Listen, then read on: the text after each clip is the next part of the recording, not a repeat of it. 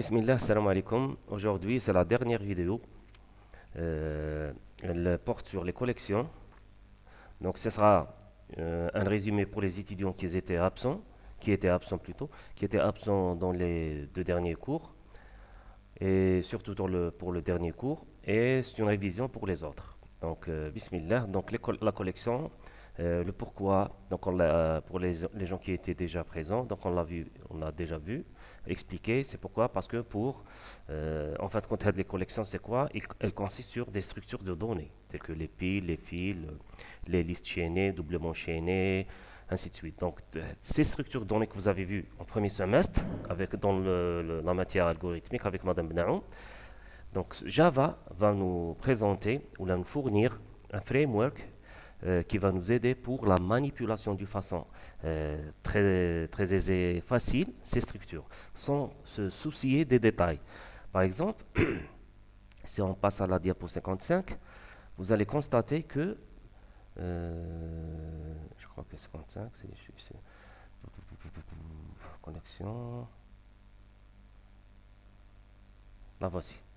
Donc celle-là. Maintenant, si par exemple on veut ajouter un élément, un nœud, comme vous voulez, donc on est obligé de gérer, par exemple, si on veut l'ajouter ici entre le B et le C, on est obligé de mettre à jour ces pointeurs, le suivant, le précédent, ainsi de suite. Si on veut aussi, par exemple, supprimer le B, on est obligé de mettre à jour le A avec le B avec ainsi de suite.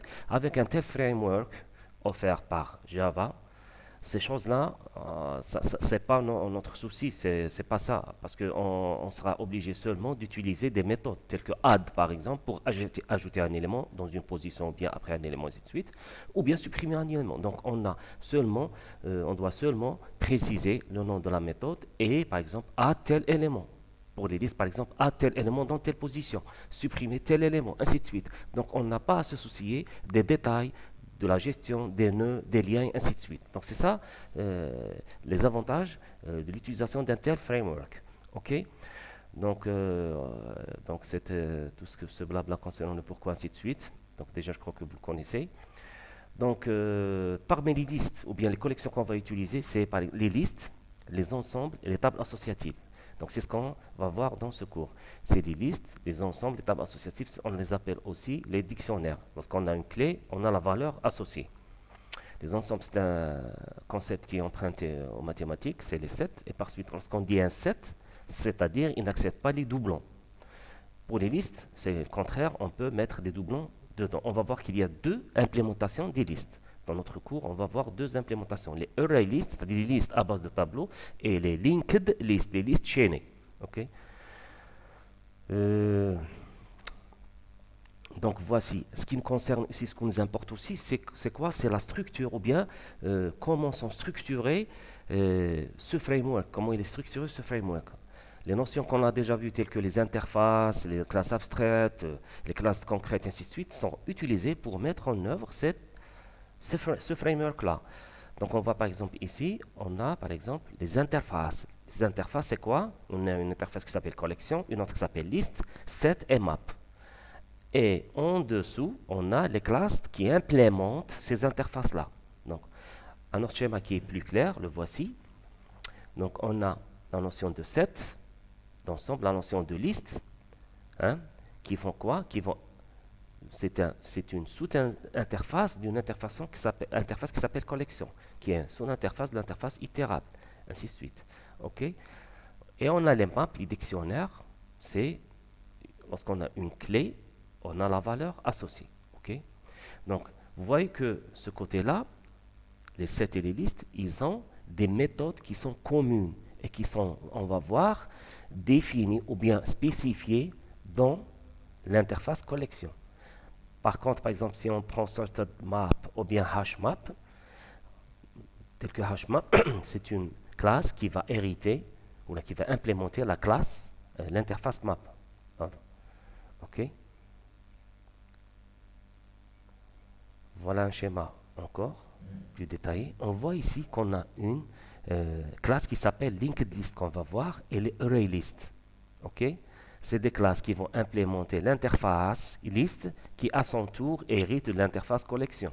Par contre, la hashmap, c'est une classe qui va implémenter l'interface map. Donc, on voit que ce côté-là, il n'a pas d'intersection avec ce côté-là. Et on va le voir pourquoi. Ok? On va voir pourquoi. Dans un schéma qui est plus clair, le voici, on l'a zoomé. Donc on a dit que le côté-là, il n'a aucune relation avec là, si on veut dire.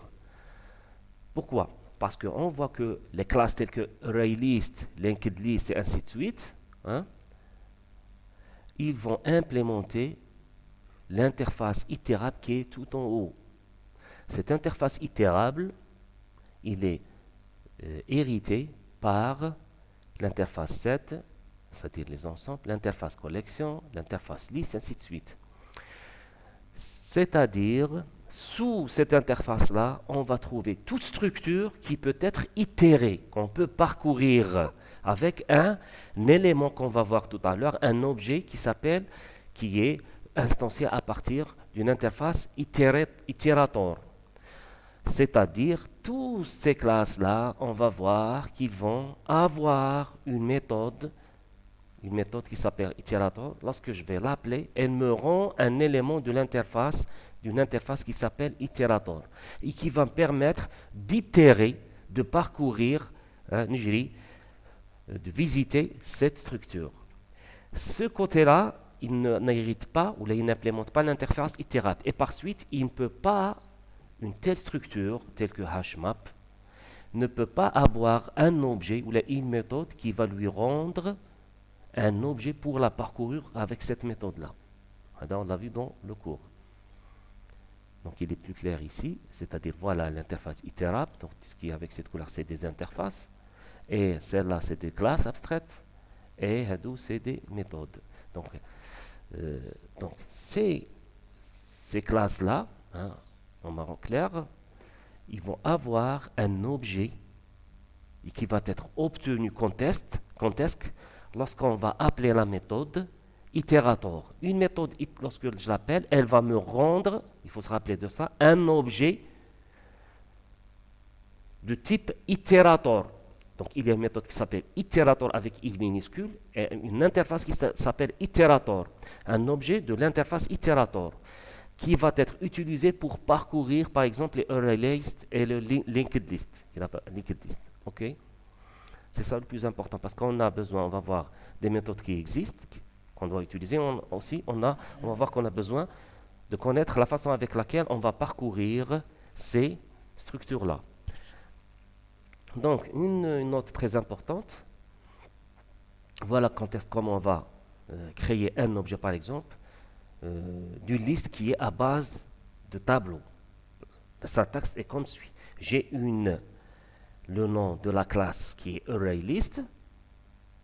Je fais un new en appelant quoi? En appelant le constructeur qui s'appelle ArrayList. Ok?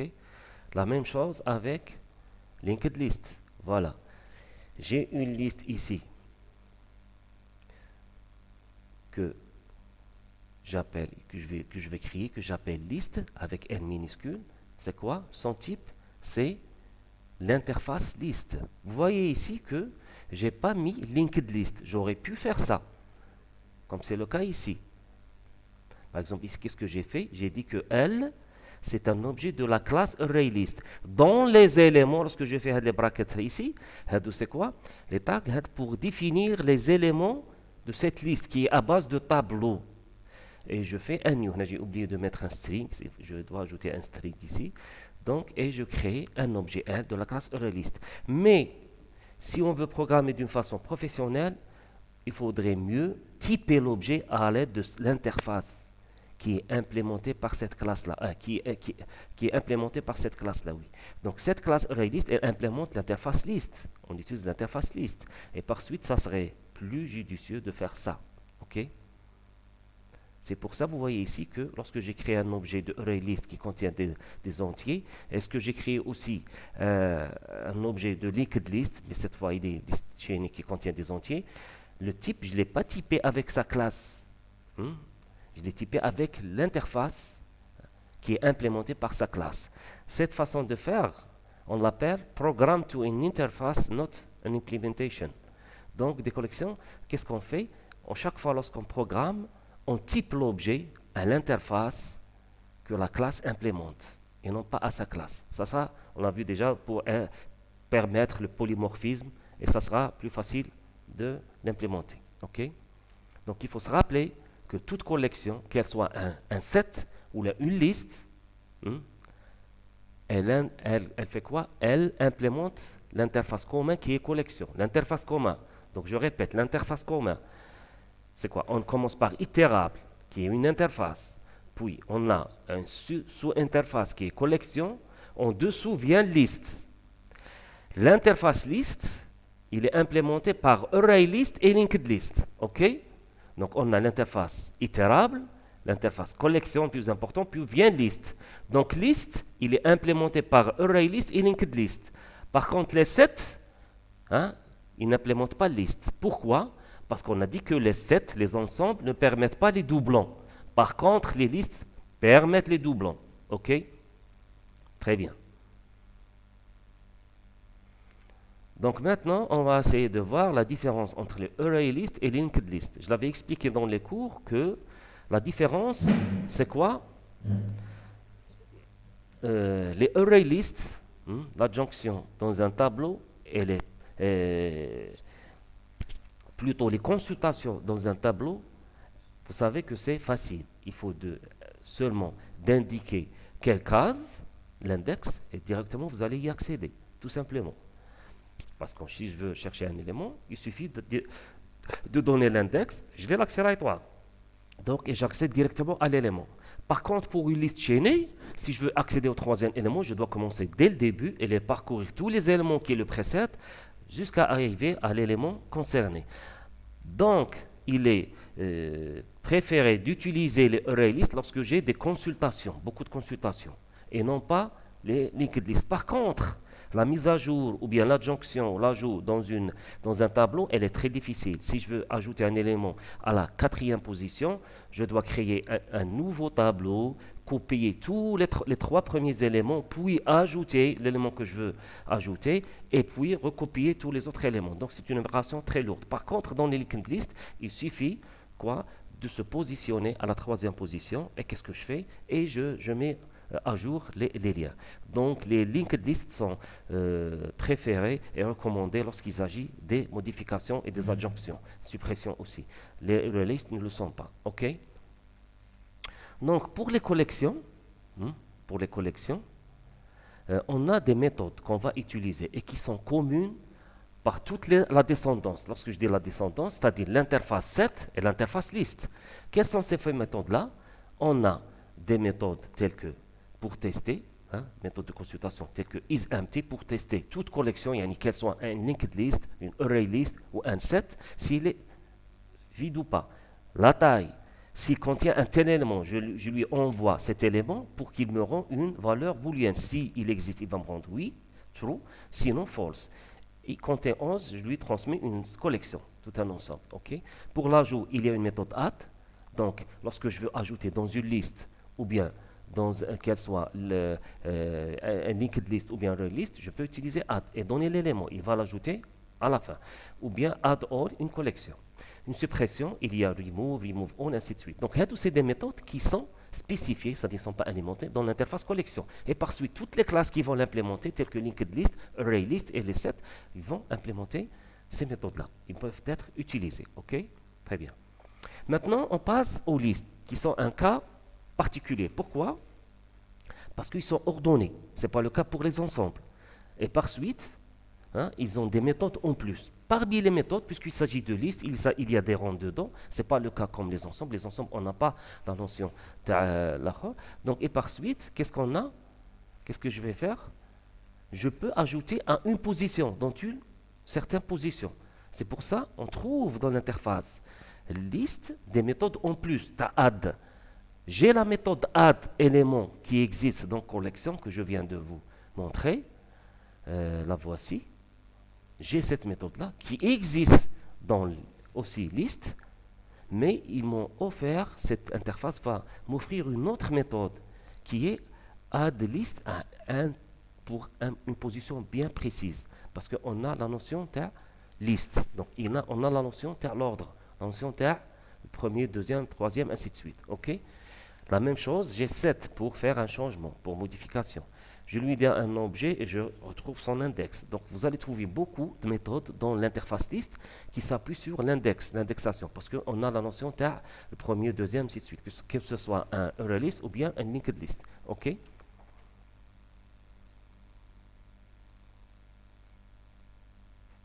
Get un élément à la position i. Par exemple, je lui demande de donner l'élément à la troisième position d'un array list ou bien d'un linked list, l'index of d'un élément, ainsi de suite. OK? Ajouter un élément dans la im position. Donc, c'est des méthodes qui sont dans l'interface list et qui vont être implémentées par la classe array list et linked list. OK? Là, c'est les différences dont on a parlé. OK? Pour l'interface list, on a une liste doublement enchaînée et par suite, j'ai le next et j'ai le précédent, previous. OK? Donc, c'est une liste doublement enchaînée qui me permet de la parcourir dans les deux sens. OK?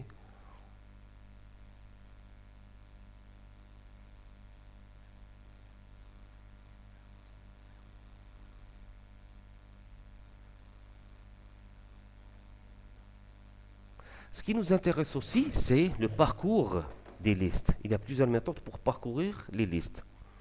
On a une méthode très simple que vous connaissez, donc le for. Donc, puisque une liste ou là, une collection, elle a un size, donc je le parcours tant que je n'ai pas atteint la taille et je vais, par exemple, récupérer le im élément. J'ai d'autres méthodes très intéressantes. La boucle for each qui est très abstraite. Hein. Donc, il suffit, par exemple, si j'ai créé une liste, qu'elle soit un array list, et si je n'ai pas spécifié, pourvu que c'est un élément de l'interface list, il peut être un linked list ou bien une array list. Donc, qu'est-ce que je fais? Je mentionne son nom, je déclare une sorte de variable qui est de quel type? Le type de ces éléments, des éléments que contient la liste. C'est une liste de string, donc j'ai créé une variable de type string qui va parcourir la liste L et il suffit de imprimer le S pour imprimer le contenu. Donc il va parcourir l'élément par élément. Vous voyez que c'est très abstrait. D'accord? Maintenant, le framework Java nous offre ce qu'on appelle un itérateur. Itérateur en anglais, c'est un curseur. C'est un élément qui va permettre de parcourir quoi? Toute collection, qu'elle soit un ensemble ou bien une liste. OK? Comment faire? Donc on a itérator, on a une interface qui s'appelle itérator, et on a quoi? Cette interface, elle contient quoi? Elle contient trois méthodes. Has next pour dire est-ce que dans la collection, il reste des éléments à parcourir. Le next pour me rendre l'élément courant et le remove pour le supprimer. OK? Donc qu'est-ce qu'on a? C'est quoi? Pour toute liste, vous voyez ici, pour toute liste, ou bien pour un set, comme vous voulez, qu'est-ce que j'ai? Toute liste possède, ou toute collection de façon générale, qu'elle soit un liste ou un set, possède une méthode qui s'appelle itérator. Lorsque je l'appelle via l'objet créé à partir d'une liste, comme c'est dans l'exemple ici, elle va me rendre un objet qui va être de type quoi? De type itérator, de type itérator. Donc, cet objet, il va implémenter l'interface itérator. Il appartient à une classe, hein, une inner class qu'on n'a pas vu encore, c'est une information en plus. Inner class qui contient ces trois méthodes-là. Donc, et par suite, je peux appeler ces trois méthodes qui sont has next, next et remove à partir de l'objet i qui va être retourné par la méthode iterator. Donc, qu'est-ce que je fais? Cet objet-là i, donc il pointe sur une liste. Donc, qu'est-ce que je fais? Il pointe ici au début. Tant qu'il y a des éléments à parcourir, tant qu'il a un has next, il a un suivant, qu'est-ce que je fais? Je peux récupérer l'élément en courant avec la méthode next. Voici ici.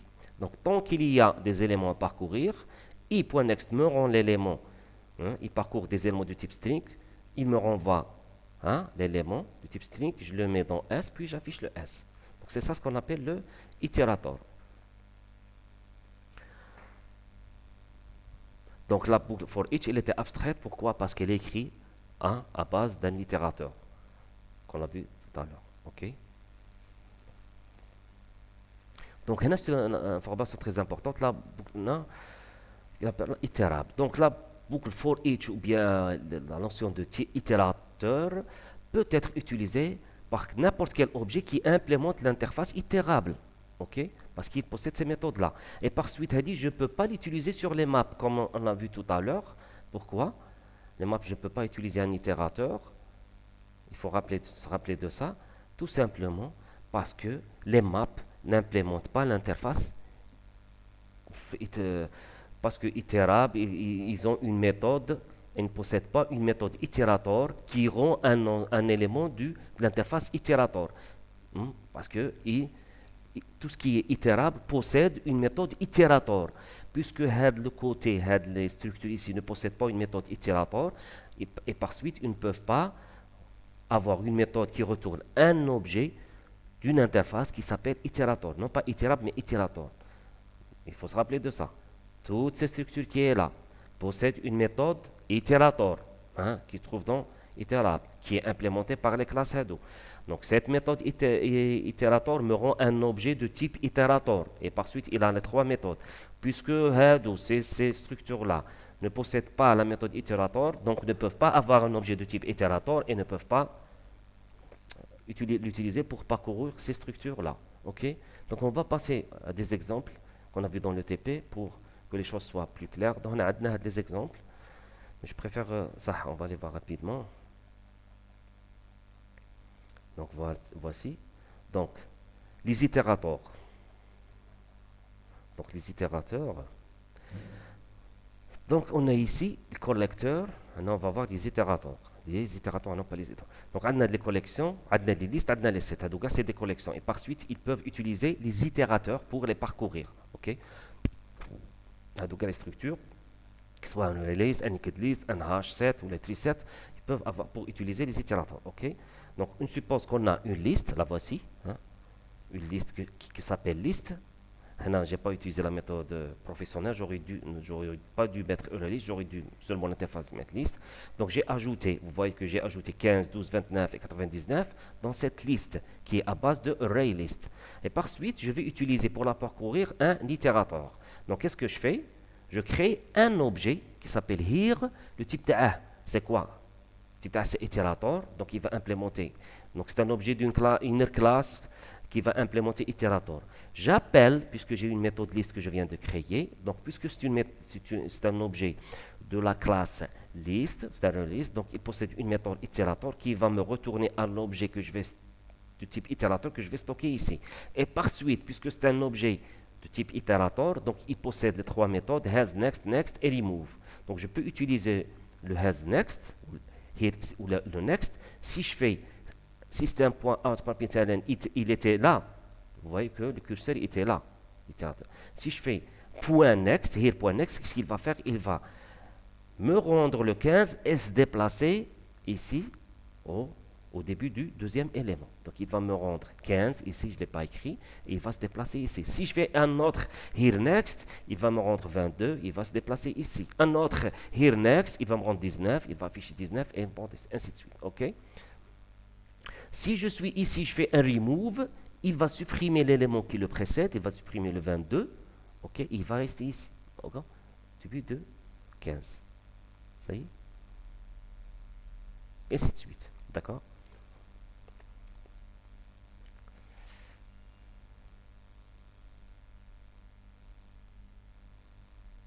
Donc je crois qu'on va maintenant, oui, il y a un autre type d'itérateur.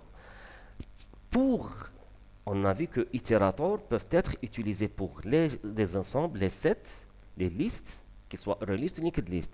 Mais pour l'interface spécifique liste, il y a un autre type qui s'appelle list itérateur. List itérateur, qui peut être utilisé que pour les listes. Il ne peut pas être utilisé pour les sets. Par contre, itérateur, il peut être utilisé pour itérateur. Tout simplement, il peut être utilisé pour les sets et pour les listes. Par contre, list iterator, c'est un autre interface qui peut être utilisée seulement pour les listes. Pourquoi? Parce qu'il m'offre la méthode hasNext et la méthode hasPrevious. Vous vous en rappelez? Je vous avais dit que les listes chaînées peuvent être parcourues ou bien les listes dans les deux sens. On a soit en utilisant le suivant, le next, ou bien le previous. Ils sont doublement chaînés. La notion de previous n'existe pas pour les sets. Et par suite, c'est pour ça on a défini une interface qui peut être utilisée seulement pour les chaînes, liste chaînée ou bien array list. Voilà un exemple. Donc je crée un objet cette fois-ci en utilisant l'interface, la méthode list iterator. J'ai un objet. Donc qu'est-ce que je fais ici? Je vais le déplacer jusqu'à la fin. Arriver ici, donc je peux le parcourir maintenant dans le sens inverse. En utilisant quoi? Non pas cette fois-ci, on ne va pas utiliser le hasNext, mais quoi? Le hasPrevious. Voici. Donc, tant qu'il y a un précédent, je me parcours, je me pointe ici, je lui donne 99, ainsi de suite. hasPreview, je vais afficher tout. OK? Très bien. Bien sûr, en utilisant, si je veux afficher, j'affiche avec le here.previous et non pas here.next. OK? En utilisant hasPreviews pour tester s'il y a un élément qui me précède. Pour afficher celui qui me précède, j'utilise herePreviews. OK? Donc, on passe aux exemples. Donc, avec Eclipse ou Eclipse. Donc, dans le TP, je vous avais défini une classe qui s'appelle client, qui va contenir quoi? Non. Client.java, classe client, qui contient 4 champs, âge, adresse, name, code. Donc, il a un constructeur qui s'appelle client, tout ainsi de suite. Moi, qu'est-ce que j'ai fait? J'ai créé une liste dont les éléments sont des objets de cette classe-là, ok, de la classe client. Donc là, voici. Donc, qu'est-ce que je vais faire? Je vais créer 4 clients de la classe client, ok. Et voici, je mets des informations dedans. Le premier client, son âge, ça c'est l'âge, je crois. Je ne me rappelle pas ce que j'avais défini ici. Le code. Donc le code 11, nom, la ville, l'adresse et... Donc je crée 4 exemples. Qu'est-ce que je fais? Je commence par ajouter dans cette... Je crée une classe qui est vide, la voici, voilà, qui s'appelle liste client. C'est quoi? C'est une liste de type ArrayList, c'est-à-dire à base de tableau. Le type tacite, un objet d'une classe qui implémente l'interface list, ok. Je précise que cette liste, ces éléments sont des objets de la classe client. Ok. Donc je commence par ajouter le premier client. Vous voyez ici que tout simplement, j'appelle la méthode add et je lui fournis l'élément que je dois ajouter à la classe client. Tout simplement add client. D'accord? Si par exemple j'avais mis ça, client, j'avais mis string, c'est éléments de type string, ça m'aurait posé des problèmes. Ok.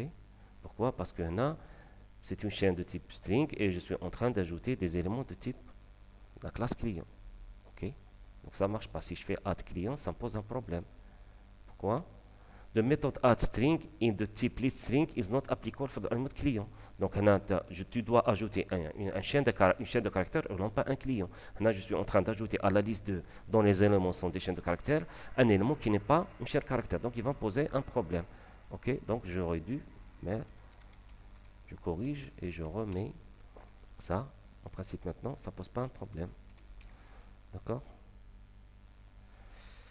Donc il y a d'autres méthodes. Par exemple, j'ajoute à la première position l'élément client 2. Donc c'est le client 2 qui devient le premier, puis le client 1. Et j'affiche la taille de la liste en utilisant size. Moi, je veux avoir le premier élément. Donc il va me prendre le client numéro 2, ainsi de suite. Donc ce qui m'intéresse ici, c'est le parcours. Maintenant, si je peux parcourir par cette liste, il suffit, puisque c'est une liste ArrayList, j'appelle la méthode itérator qui va me rendre un itérateur, c'est-à-dire un curseur pour la parcourir. Je le stocke dans iter, qui est type itérator. Et qu'est-ce que je fais? J'utilise ce iter, ce curseur, pour parcourir ma liste, celle-ci. Tant que j'ai des éléments, je récupère le premier élément, puis j'appelle getName, parce que lorsque je récupère un élément, c'est un objet de la classe client. Et la classe client contient une méthode qui s'appelle getName. Donc il va me donner le nom de l'élément.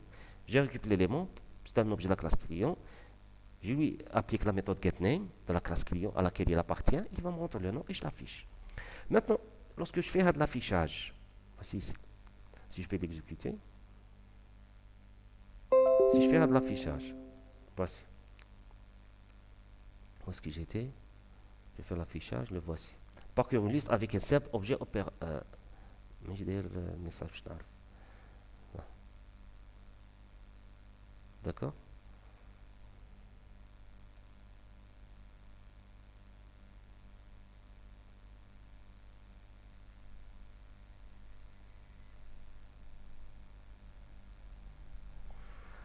Là voici. Là, j'ai parcouru la liste.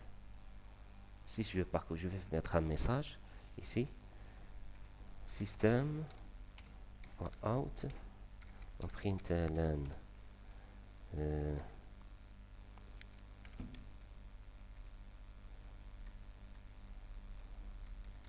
premier parcours.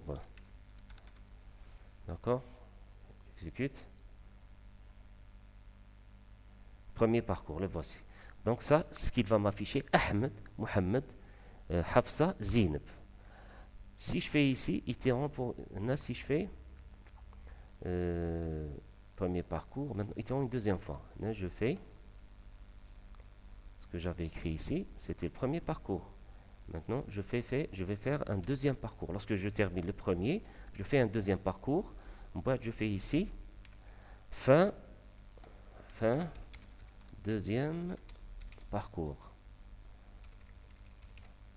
Là, c'est deuxième parcours.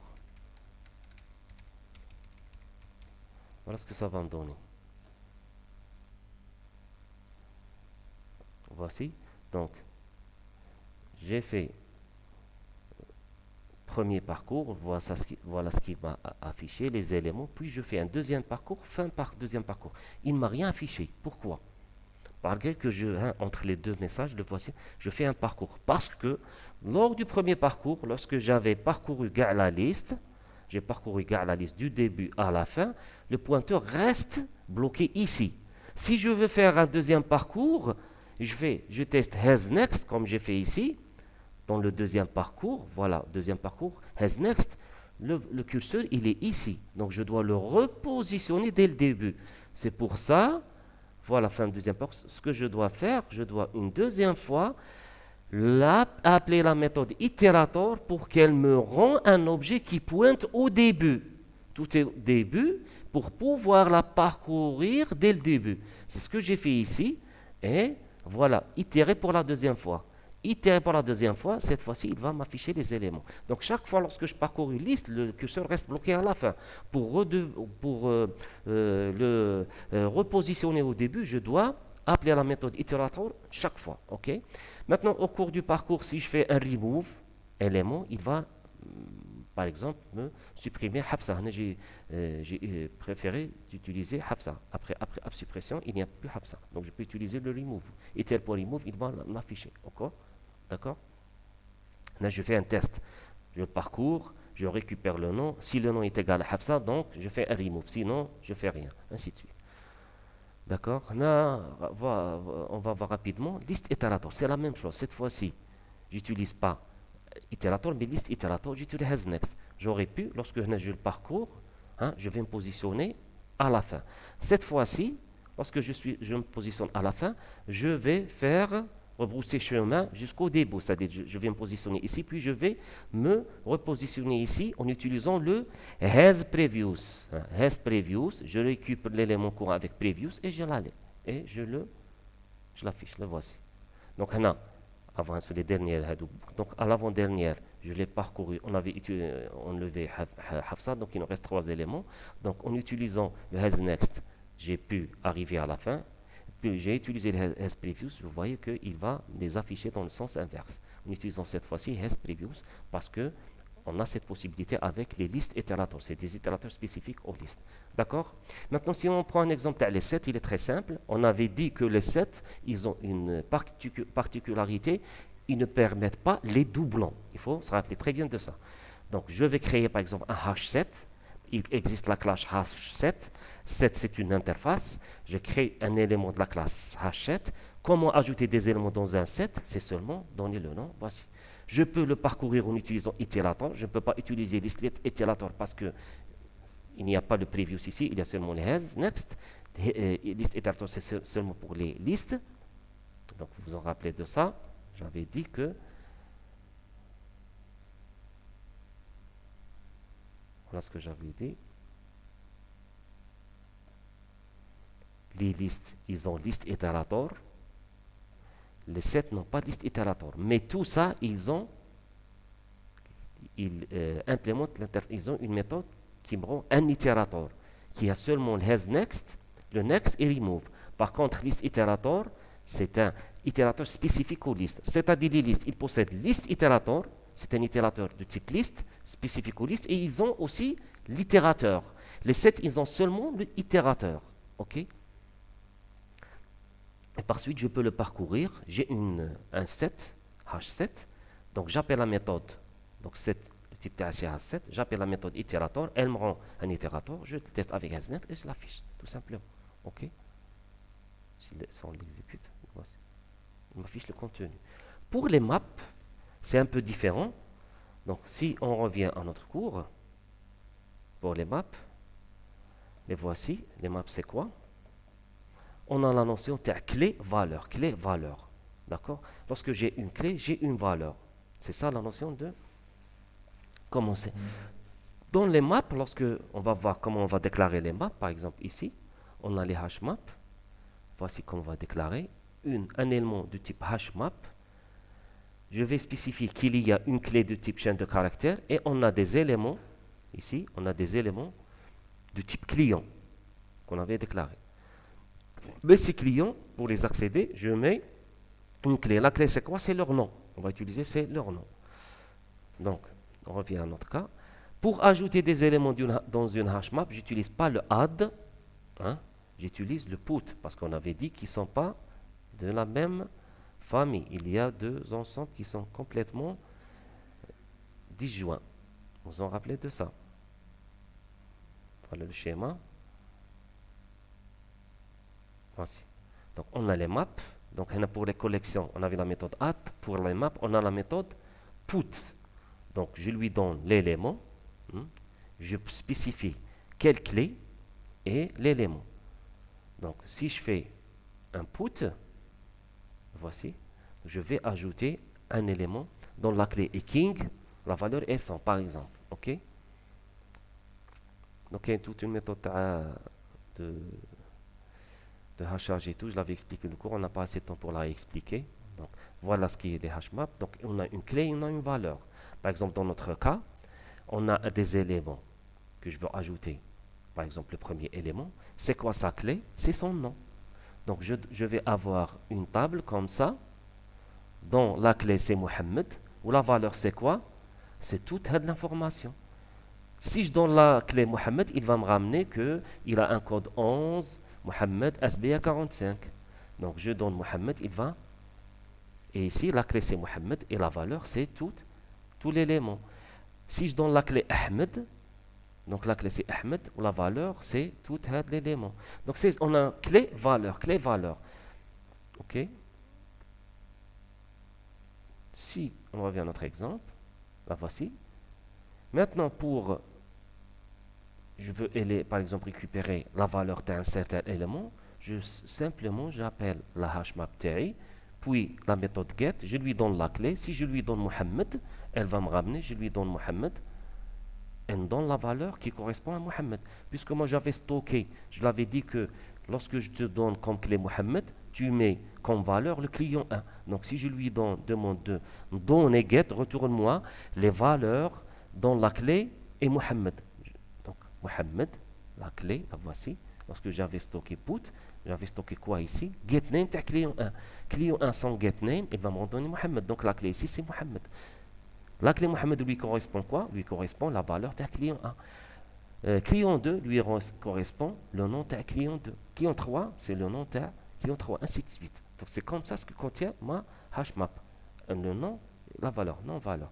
Maintenant, si je veux parcourir, je ne peux pas mettre, ici par exemple, map client, type HMAP, je ne peux pas mettre point itérator comme j'avais fait ici. Ici, je pouvais mettre ça. Hein, je pouvais mettre liste client.itérator. Elle va me rendre un élément de type itérator. Ce n'est pas le cas ici. Pour map client, on avait dit on n'a pas une méthode qui s'appelle itérator. Et donc, je ne peux pas avoir un itérateur. Par contre, il y a d'autres façons pour contourner ça. Qu'est-ce que je fais? Je fais un collect value. C'est quoi un collect value? La méthode, cette HMAP, map client, contient une méthode cette fois-ci qui s'appelle value. Qu'est-ce qu'elle va me rendre? Elle va me rendre un ensemble, une collection de type collection, quoi? Qui contient quoi? Qui contient les valeurs. C'est quoi les valeurs? C'est les clients. Donc, elle va me le rendre, ces 4 clients, sous forme d'un ensemble. Et on sait qu'un ensemble, on peut, sur un ensemble, celui-là, parce que value, il va me rendre un ensemble, un objet de type ensemble, c'est-à-dire une collection, tout simplement une collection. Pour les collections, il existe la méthode itérator. Et par suite, en appliquant la méthode itérator sur une collection, je peux avoir un itérateur et je peux parcourir ces valeurs-là. D'accord? Ou bien, il y a une autre méthode qui s'appelle keyset. Si elle va me rendre quoi? Un ensemble de clés. Et je vais utiliser cet ensemble de clés, hein, ces clés, les clés-là, le HMAP, en parcourant les clés et faire quoi?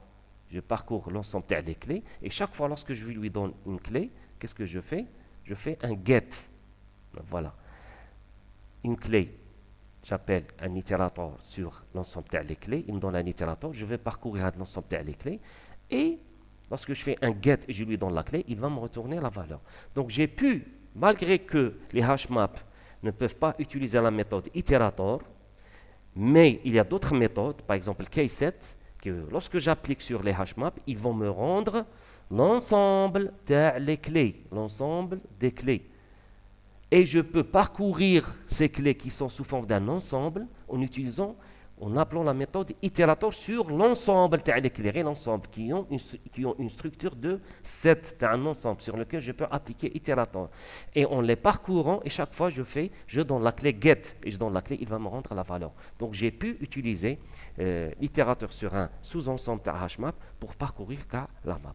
Donc en principe, on a vu rapidement ces notions-là, pour les gens qui n'ont pas assisté. Donc si on résume, donc il faut savoir qu'est-ce que ça veut dire le framework, collection, pourquoi, surtout les interfaces list et set, hein, qui sont très importants, et map. On avait dit que les listes, ils ont une spécificité parce que je me permets les doublons, par contre les sets ne me permet pas. Il y a une certaine notion de rang dans les sets, c'est pas le cas dans les listes, c'est pas le cas pour les sets. Il y a deux façons d'implémenter les listes, les array lists et les get lists que nous avons vu. Pour les sets, on a utilisé par exemple les hash-sets, une classe conquête pour créer l'élément. Pour les maps, on utilise hashmap pour créer la row. On a vu comment parcourir. Il y a trois façons d'utiliser soit la boucle for, ou soit la boucle for each, ou bien les itérateurs pour toute collection, et les listes itérateurs seulement pour les listes. Ok, pour les listes, parce qu'on a le has previous, et le has next. Ok, has previous et le previous, en plus des has next et next. Donc rapidement, c'était ça les collections. J'espère que c'était clair, assez clair pour les gens qui n'ont pas pu assister. Donc je vous souhaite une bonne révision. Et concernant, je vous avais aussi envoyé un TP. Je vais essayer de le voir ici rapidement. Le collection, exercice résolu, les diapos, Salim, exercice. Le voici. Donc voici l'exercice, le TP que je vous avais demandé et qui n'entre pas dans la note du TP. Donc qu'est-ce qu'on a? On a cette phrase qui est stockée dans une array list. Ok, c'est un objet d'array list dans lequel on suppose dans lequel ça existe. Qu'est-ce que je vais faire? Le but est d'écrire une méthode qui supprime toutes les occurrences d'une lettre. Après la première, par exemple, lorsque je trouve le L, la première fois, je ne le supprime pas. Mais toutes les occurrences du L que je vais les rencontrer après, je vais les supprimer. La même chose pour, par exemple, le C. Je ne vais pas le supprimer ici le premier, mais je vais toutes les C qui vont le suivre, je vais les supprimer et je vais obtenir ça. Donc les contraintes à respecter, c'est quoi? Ce n'est pas très important, mais il faut utiliser les collections pour faire la suppression. Des caractères doublants, des caractères doublants. Avant de développer votre code, vous expliquez c'est l'idée qui est derrière, le but qui est. Donc, qu'est-ce que vous pouvez utiliser? Utilisez par exemple la méthode add. Il y a aussi des méthodes qui sont importantes ici, qui n'ont pas été citées, mais qui est la méthode par exemple contain. Contain, elle me rend si un élément existe ou pas. OK? Et la méthode add, ça dépend comment. Si je l'utilise sur un set ou bien si je l'utilise sur une liste. Contain, si je l'utilise sur une liste ou bien une set. Donc, il y a les méthodes qui sont très importantes pour pouvoir réussir à le TP. Concernant l'examen du TP, l'examen, vous allez avoir une période, je crois une heure ou bien concernant l'examen, et une demi-heure ou là, une heure et 10 minutes pour l'examen. Je ne suis pas encore décidé, une heure ou bien une heure et 10 minutes pour l'examen, et une demi-heure ou bien 20 minutes concernant le TP, l'examen du TP. Je vous souhaite une bonne révision et l'examen du TP, ça va concerner surtout les collections. Ok? Je vous souhaite une bonne révision. Si vous avez des soucis ou bien des questions, vous pouvez toujours me les poser ou bien me les envoyer via Classroom ou bien Facebook ou bien mon mail. Ils sont les bienvenus, j'essaierai de vous répondre. Concernant l'étudiant qui m'avait demandé de vous envoyer un examen résolu, je vais le faire, Inch'Allah, après cette vidéo. Et, Tallah fi rouhkoum, wa salamu alaykum, wa tabqaw ala khair.